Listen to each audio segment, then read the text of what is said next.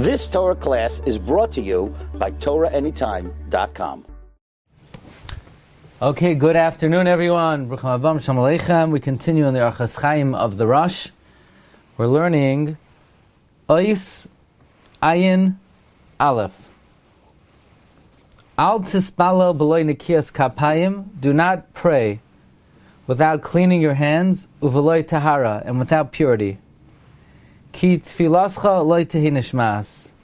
Because by doing so, your prayer will not be listened to. So first the Rosh says, don't daven without cleanliness of hands and without purity. What does purity mean? Now, if one's hands are not clean, I don't think the halacha is that your tefillah is not accepted. When it says, ki tfilascha loy nishmas, it would seem it's going on uveloy tahara. So Chaim Kanievsky says that refers to don't daven in a dirty place. Because we know if you pray in a place that has tsoya in it, excrement, then your tefillah is not listened to. Rabbi Cheskel Sarnot says it's going on someone who davens and has the urge to relieve themselves. That's also a situation where one's tefillah is a toyeva. And the Rosh says that one who davens b'loy tahara, tefillascha loy tei nishmas. Like the Gemara says in Brachas and Daf Chav Beis, that if you daven b'makom tsoya, one's tefillah is a toyeva. Look in Tosfos over there. Tosfos says that it's a me'uvas lo yuchal liskoin, and the Ri says you need to daven again. But from the Rosh, it's mashma that it's only chesaron that your tefillah will not be answered, but not that you have to pray again. We go on to Ois Ayin Beis. Al tispalel kiyim bekavanas halev. One should only pray with intention, uvenachas, and gently and slowly, kedei sheyishma ha'oizen, so that the ear can hear. So the Rosh says, only daven with kavana ubenachas.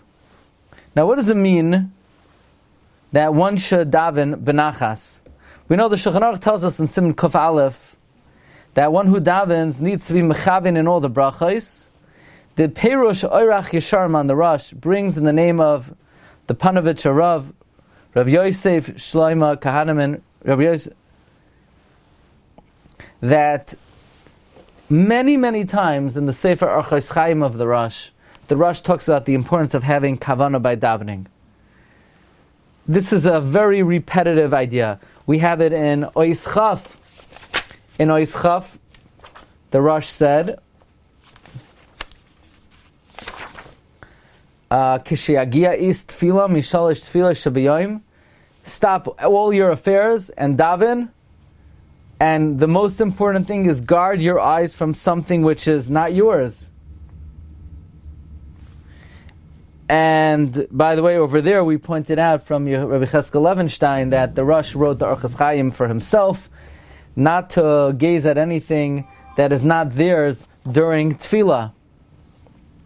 So that's one place where the Rosh talks about kavana by tefillah. And in Ois Lamed Vav, the Rosh says, kavein betfilascha ki hatfilah hi avodas halev. And then in Ois Lamed Ches, the Rosh also reiterates the importance of kavanah b'tefillah.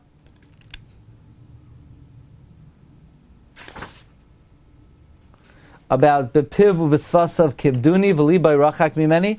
Why does the Rosh constantly reiterate of all the different things that he discusses the importance of kavanah by davening? So the Panovich Rav says, because tefillah b'loi kavanah is like a body without a soul.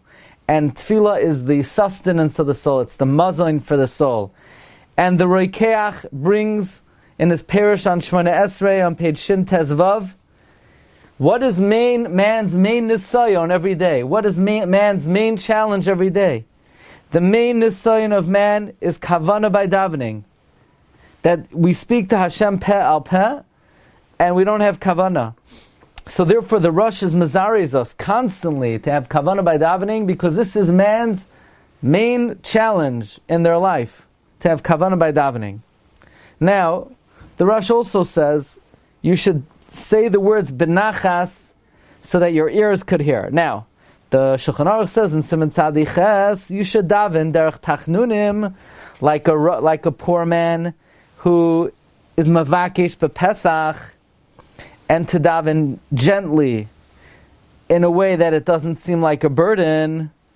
And the Mishnah Berurah says that davening kimavakesh bepesach is the same as nachas, meaning you should say the words in a supplicative manner. So in other words, the Rosh, the interpretation of the mechaber of davening benachas is daven in a manner of supplication, realizing that nobody can help you, no angel, no mazel, no star.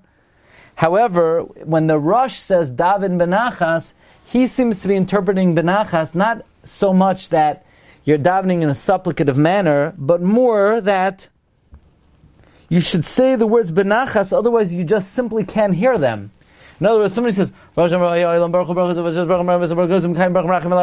so aside, of course you're not davening supplicative, but if you're motoring through the words, then you simply can't hear the words you're saying. We always tend to think you need to daven loud enough that your ears could hear, but now we're learning you need to daven slow enough that your ears could hear. If you daven too fast, then that's also a lack of your ears being able to hear. Now the Tosfos Yom Tov in his Targum says, don't swallow the words, but rather say the words, each word separately, so that your ears could hear what you're saying and you could understand them. Like the Mechaber says in Chaim Legabe Psuke de Zimra, don't say the words b'merutza kiyim benachas. As the Mishnah Berurah explains, don't skip any words, don't swallow them, but you should be moitzi them from your mouth as if you're counting money. Now, how long should Psuke de Zimra take? Not how long you're able to do it. I know people, they could do Psuke de Zimra in Yesh Kaino Ilama B'Sha Achas. Unbelievable. What a talent. However, the Mishnah Berurah, the Prima Gadim says, Psuke de Zimra should take 30 minutes.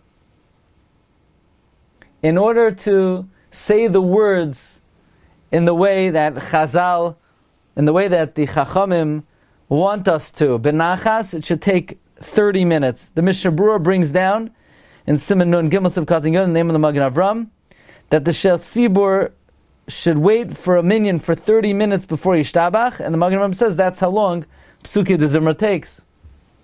So, I don't think that most of us are on that madrega to daven Psuke de Zimra in 30 minutes, but I think most of us will agree that we do it too quickly, and that it's probably worthwhile to come and to start a bit earlier to be able to say the Psuke de Zimra with just a little bit more deliberately. Okay, Marv Rabbi Sai, let's finish up day 4. Okay, here we go.